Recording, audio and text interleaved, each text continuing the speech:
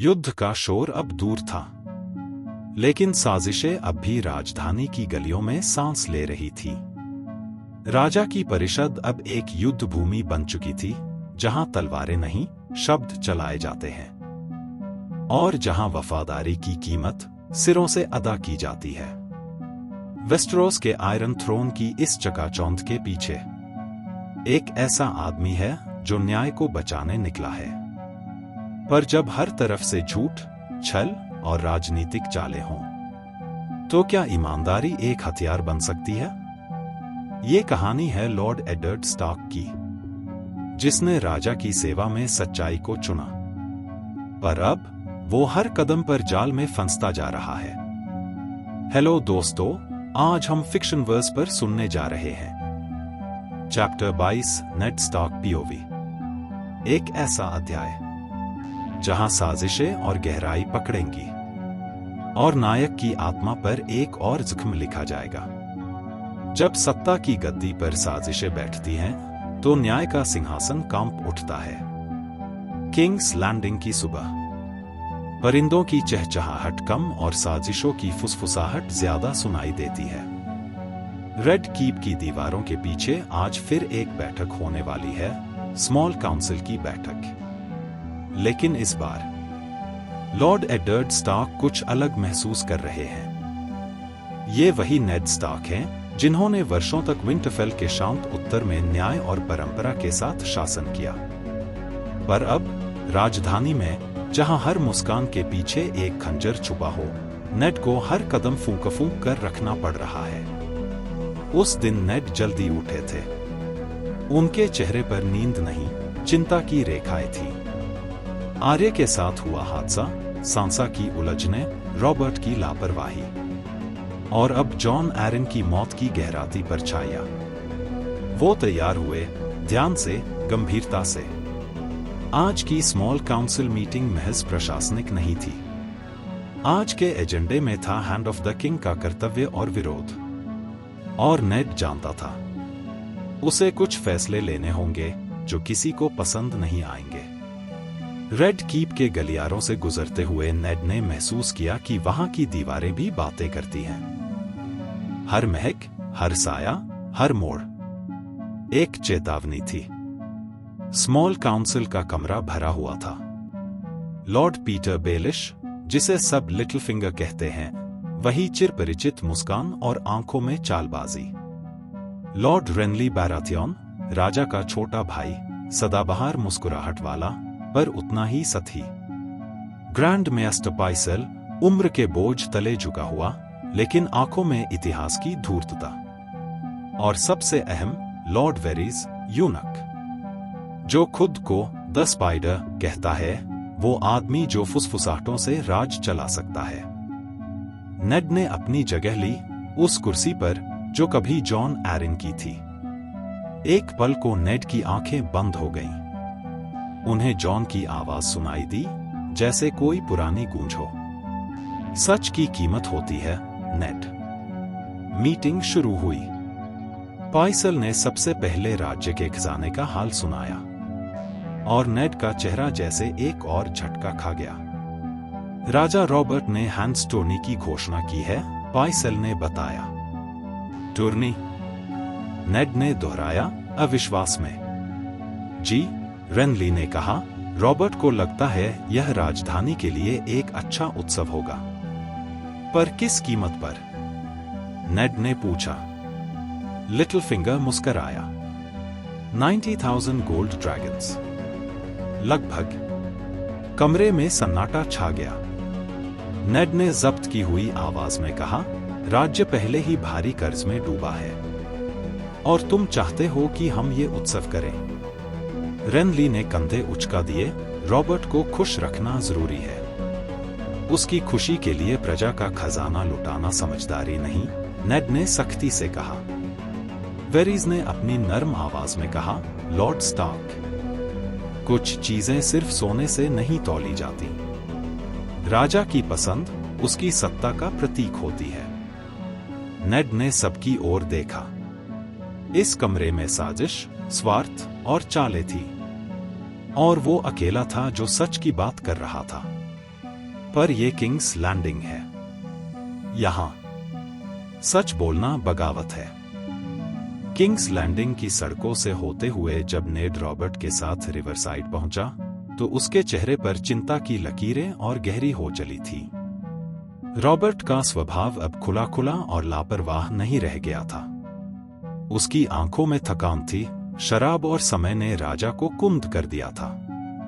जैसे ही वो महल के भीतर घुसे, सर्सी और टाइविन लैनिस्टर की मौजूदगी और भी ज्यादा भारी महसूस होने लगी। पाइसेल, बैरिस्टन सेल्मी और लिटिल फिंगर जैसे लोग अब नेड की निगाहों में केवल दरबारी नहीं थे, वो सभी उसे एक गहरे खेल का हिस्सा लग रहे थे। किंग्स गार्ड का जिक्र आया। राजा रॉबर्ट ने जेमी लैनिस्टर को रानी की सुरक्षा में रखने की बात कही और नेड ने कड़ा विरोध जताया। वो आदमी जिसने मेरे राजा को मारने वाले को अपनी तलवार से मारा, वही अब आपकी रानी की रक्षा करेगा। नेड की आवाज में सर्दी थी। रॉबर्ट गुस्से में आग बबूला हो गया। वो मेरा दोस्त है, मेरा भरोसेमंद, रॉबर्ट चीखा। आपके भरोसे ने ही आपको यहां तक पहुंचाया है, नेड ने जवाब दिया। उसकी आवाज नरम परंतु तीखी थी। बैठक टूटते ही नेड अपने कक्षों की ओर लौटने लगा। रास्ते में उसे बेंजन की याद आई, कैसे वो नॉर्थ से आया था और अब न जाने किस अंधेरे में गुम हो गया था। उसका मन भारी था। उसे लगने लगा था कि किंग्स लैंडिंग में कुछ बहुत गड़बड़ है और वह समय के खिलाफ दौड़ रहा है। रात को जब वो अपने चैम्बर में बैठा तो उसने वो पतला लेटर निकाला जो उसे जॉन एरिन की विधवा से आया था। उसमें सिर्फ एक पंक्ति थी, द सीड इज स्ट्रॉन्ग। उसने फिर से उस वाक्य को पढ़ा। वो बीज क्या था? कौन सा रहस्य था जो जॉन एरिन की मौत का कारण बना? और क्यों? उसी वक्त उसके पास वेरिस आया। उसकी चाल आज कुछ ज्यादा ही चुपचाप थी। लॉर्ड नेड, वेरिस ने कहा, कभी कभी सच्चाई वो नहीं होती जो किताबों में लिखी जाती है, बल्कि वो होती है जो दीवारों के पीछे फुसफुसाई जाती है। नेड ने उसकी बात को नजरअंदाज नहीं किया। क्या आप कुछ जानते हैं, मैन ऑफ विस्टर्स? नेड ने सीधा सवाल दागा। वेरिस मुस्कराया, मैं बस इतना कह सकता हूं कि जॉन एरिन बहुत कुछ जान गए थे और उनकी मौत एक बीमारी नहीं थी, बल्कि एक सजा थी। नेड का खून ठंडा पड़ गया। अगर वो मारा गया था तो किसने? जिसने डर था कि उसका रहस्य उजागर हो जाएगा। वेरिस की बातें हवा में रह गईं और वह उतनी ही चुपचाप चला गया जितना चुपचाप आया था। नेड की मुट्ठी में लेटर का कागज मचला, द सीड इज स्ट्रॉन्ग। अब उसे समझ में आने लगा था। राजमहल की नींव में जहर घुल चुका है और वो बीज जो बोया गया है अब उगने ही वाला है।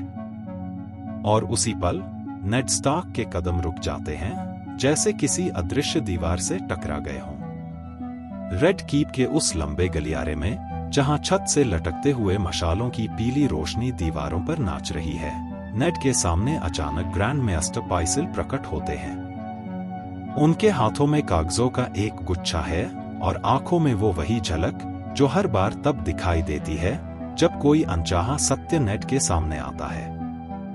लॉर्ड स्टार्क, पाइसेल धीमे स्वर में कहता है, रॉबर्ट ने मुझे आज सुबह बुलाया था। उसके शरीर में कुछ ठीक नहीं था। नेड तुरंत चौकन्ना हो जाता है। क्या हुआ है उसे? पाइसेल धीरे से सिर झुकाकर बोलता है, उसने पिछले रात बहुत शराब पी थी और एक जंगली सुअर के शिकार पर गया। गंभीर रूप से घायल हो गया है, छाती में गहरे जख्म हैं। नेड का दिल धड़कने लगता है, जैसे आसमान में बादलों के बीच बिजली चमक रही हो। मैं अभी उससे मिलने जा रहा हूं, वो कहता है और बिना कुछ सुने आगे बढ़ता है। रॉबर्ट का कक्ष अब एक युद्ध क्षेत्र की तरह लगता है। सन्नाटा पसरा है और साज सज्जा के बीच एक गहरी बेचैनी। रॉबर्ट बिस्तर पर लेटा है, चेहरा पीला, शरीर से खून रिसता हुआ। उसके चेहरे पर वो चमक नहीं जो हमेशा होती थी, बस थकावट और मृत्यु की परछाई। नेड पास जाकर उसके बिस्तर के पास बैठता है। रॉबर्ट ने बड़ी कठिनाई से आंखें खोली। नेड, मेरे पुराने दोस्त, मैं यहां हूं, योर ग्रेस, नेड धीरे से कहता है। रॉबर्ट की सांसें तेज चल रही हैं। मैंने एक गलती की। मैंने उसे जाने दिया। उसे, जिसे शिकार पर नहीं जाना चाहिए था। नेड समझ जाता है कि रॉबर्ट किसकी बात कर रहा है। सर्सी ने जॉफ्री को दूर रखा था, पर लांसल, उसने रॉबर्ट को और शराब दी थी। और फिर वो स्वर। क्या तुम कुछ कहना चाहते हो? नेड पूछता है। रॉबर्ट धीरे धीरे सिर हिलाता है। हाँ, मेरा अंतिम आदेश। मैं चाहता हूं कि तुम मेरे बाद रियल्म की देखरेख करो, जब तक मेरा बेटा बड़ा नहीं हो जाता। नेड को यह बात चुभती है, क्योंकि वो जानता है कि जॉफ्री उसका बेटा नहीं है। पर वो रॉबर्ट को इस हालत में ये नहीं बता सकता। मैं लिखवाता हूं, नेड कहता है। मेस्टर पाइसल पार्चमेंट और इंक लेकर आता है। नेड लिखता है, I, Edward Stark, hand of the king, do hereby record the will of Robert Baratheon, first of his name, king of the Andals and the first men. Robert धीरे धीरे आंखें बंद करता है, पर फुसफुसाता है, मुझे माफ करना नेड। मैंने तुम्हें बहुत देर में सुना। नेड कुछ नहीं कहता। वो सिर्फ बैठा रहता है, हाथों में कलम, दिल में गुस्सा और दुख का तूफान। रॉबर्ट की हालत तेजी से बिगड़ती है। मेस्टर पाइसल उसे मिल्क ऑफ दी पॉपी देता है, जिससे उसका दर्द कम हो जाए। पर वो जल्दी ही नींद की गहराई में चला जाता है। नेड धीरे धीरे उस कमरे से बाहर निकलता है, जहां कभी एक राजा जोर से हंसता था, आज एक टूटा हुआ इंसान अंतिम सांसें गिन रहा है। राजमहल के गलियारों में अब कुछ बदल चुका है। हवाओं में साजिशों की गंध है। और नेड जानता है, अब हर कदम फूंक फूंक कर रखना होगा। और नेड के चेहरे पर सिर्फ चुप्पी थी, सन्नाटा। पर वो सन्नाटा भी कह रहा था बहुत कुछ। किंग रॉबर्ट की तबीयत रोज बिगड़ती जा रही थी, पर उसके आदेशों की धार अभी भी वैसी ही थी। अगले दिन नेड को ग्रैंड मेस्टर पाइसल से एक सील्ड लेटर मिला, राजा की मुहर के साथ। नेड ने वो पत्र खोला और पढ़ते ही उसकी आंखें संकुचित हो गईं। रॉबर्ट ने अपने आखिरी समय में एक और आदेश पारित किया था, एक नया प्रोटेक्टर ऑफ द रियल्म तय करने का। लेकिन उस पत्र में जॉफ्री बैराथियन का नाम नहीं था। वहां लिखा था, माय राइटफुल एयर, न कि जॉफ्री। नेड ने अपनी सोच को और मजबूती दी। रॉबर्ट की आखिरी इच्छा यही थी कि सच्चाई सामने लाई जाए और ताज उस व्यक्ति को मिले जो उसका असली हकदार है। लेकिन अब वक्त बहुत कम था। नेड ने अपनी योजना को आगे बढ़ाने का फैसला किया। उसने रेनली बैराथियन से मिलने का निर्णय लिया, रॉबर्ट का छोटा भाई। अगर रेनली की मदद मिल जाए तो सब कुछ सुलझ सकता है। रात के अंधेरे में लिटिल फिंगर एक बार फिर नेड के पास आया। वही जानी पहचानी चालबाज मुस्कान, वही मीठे शब्दों में जहर घुला हुआ।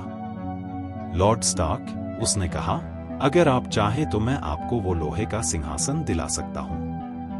मैं जानता हूं कौन आपके साथ खड़ा होगा और कौन नहीं। नेड ने उसकी तरफ देखा। मैं सत्ता नहीं चाहता, बस न्याय।